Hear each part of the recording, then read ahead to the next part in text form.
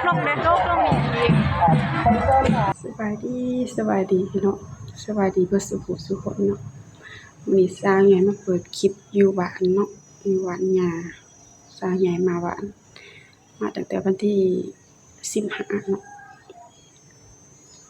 สาวใหญ่มื้อนี้ว่าสิไปดินน้ำหมู่อันหมู่อยู่บ้านต่างๆเนาะคือแม่สายป่านเนาะหมู่แต่สมัยเรียนพุ่นล่ะอยู่บ้านสาวสะกอยเนาะสาวใหญ่ว่าสิไปดินน้ำเพิ่นเสียหาเพิ่นเด้ออีกประมาณ9 โมงเช้าน่าจะฮอดสิพยายามเพิ่นบ่ได้ขอกันดนละมื้อวานนี่ก็ขอกันกับเพิ่นอยู่ตลาดเนาะไปขอกันอยู่ตลาดก็ต้องชวนกันว่าสิไปยามเพิ่นให้ไปยามเพิ่นเนาะเดี๋ยวสาวใหญ่สิไปเปิดคลิปอยู่บ้านเพิ่นอยู่บ้านต่างๆเนาะบ้านสาวสะกอยเนาะเดี๋ยวไปพ้อกันอยู่บ้านแม่สายป่านเด้อ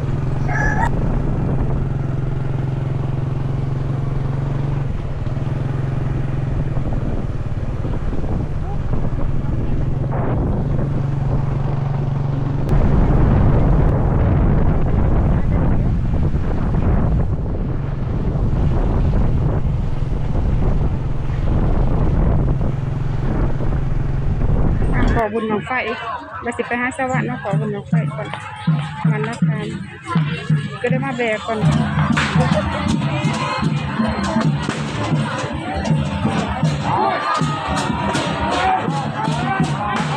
มาขอบุญบั้งไฟ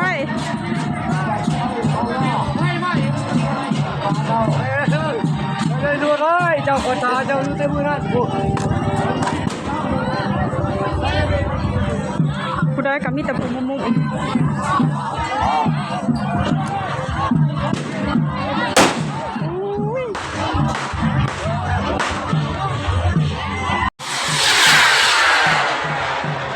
ผู้หญิงมันตกลงเด็ดโลกลงมีอีก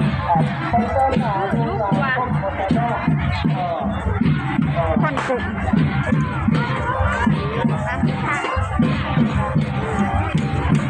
มันก็ขึ้นสูงอยู่เนาะ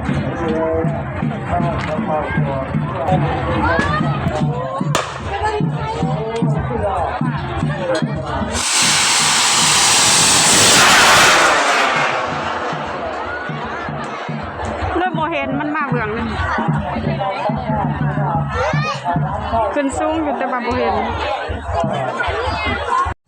มาหอดบ้านสาวบ้านแล้ว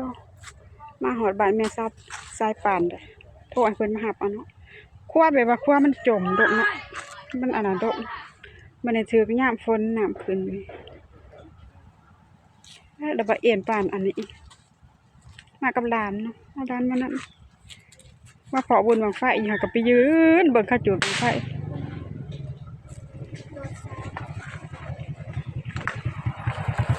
นี่ได้รับเสียงเขาเสียดอก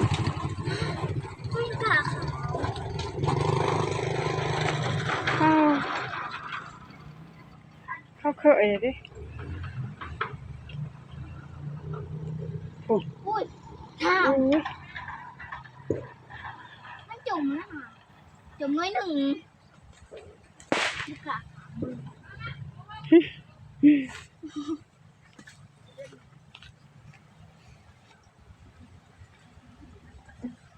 มันนี่ก็สิมีแตะขี้คืออะไรคันมันอันนี้กลั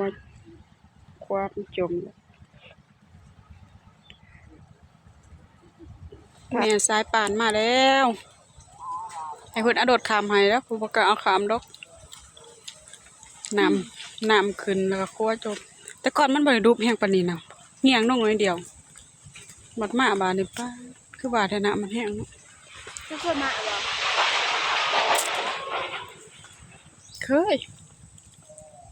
มาหาสกอยตอนนั้นเลย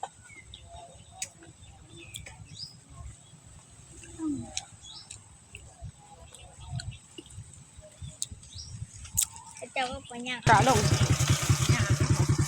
ร้านไก่มัน จะบ้านใดบ้านน้องแง่อืมมาดินบุญบ่บอกมาใส่ข้าวแปง โอ้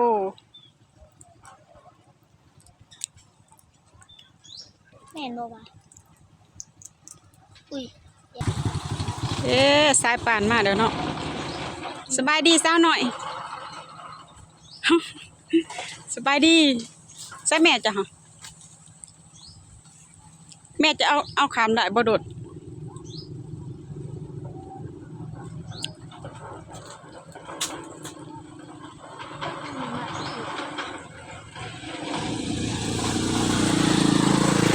มาเจ้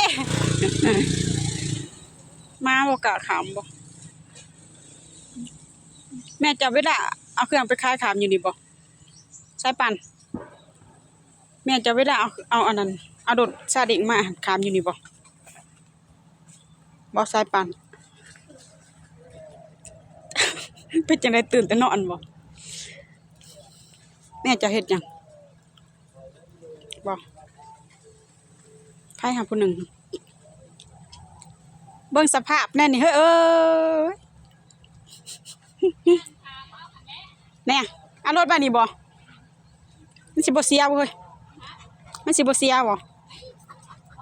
เนี่ยสิหุเฮ้ยมาแล้วแม่สายป่าน ดอกลม สิเอารถขามบ่กล้าเอาขามบัดนี้พี่น้องเอ้ยบ่ได้เอารถขามซ้ำย่างเอา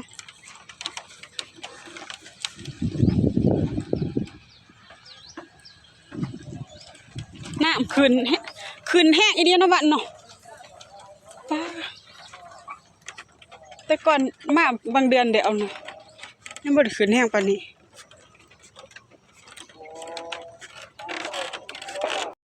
บางไฟขึ้นโอ้เบื้องนี่เห็นแจ้งเนาะเบื้องนะบ้านนาคามซาใหญ่คามมาเบื้องอันนี้ตั้งรางเด้อมาบ้านเซาสะก้อยล่ะโอ้ไปเบื้องนั้นเลยเนาะลอยไปพุ่นนึกว่ามันตกบ่ปะ ตก มันตกแล้วมันไปทางข้างวะ ตก มาหันสาวแม่สายปานเอิ้นมันสำนึงเข้าบ่ฮู้เนาะเอิ้นมันสำนึงเข้าบ่ฮู้ฮู้บ่คนในบ้านนี่สิฮู้ซาเรือนซาสกอยตะกี้มาตอนน่ะเฮือนยังบ่ทันได้ปานนี้ซ้ำยังเป็นห่างๆกันอยู่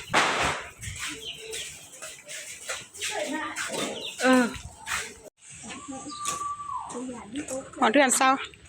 แม่สายป่านนะตะมวนก็เห็นแต่อยู่ในคลิปมาเห็นตัวจริงโอ้ยขอความดื้อปิดคือลายซาละเถอะเฮ้ยฮะเป็นตะเมาได้แน่อำนี่ลายซาละเลยไอ้เด้อเนาะซื้อซุกอุ้ยให้จุดธรรมดาเลยเฮ้ยเนาะก็ต้องใหญ่กว่าเอื้ออยู่เด้อแม่นบ่อู้ซะมาเป็นตะสังเฮ้ยอันนี้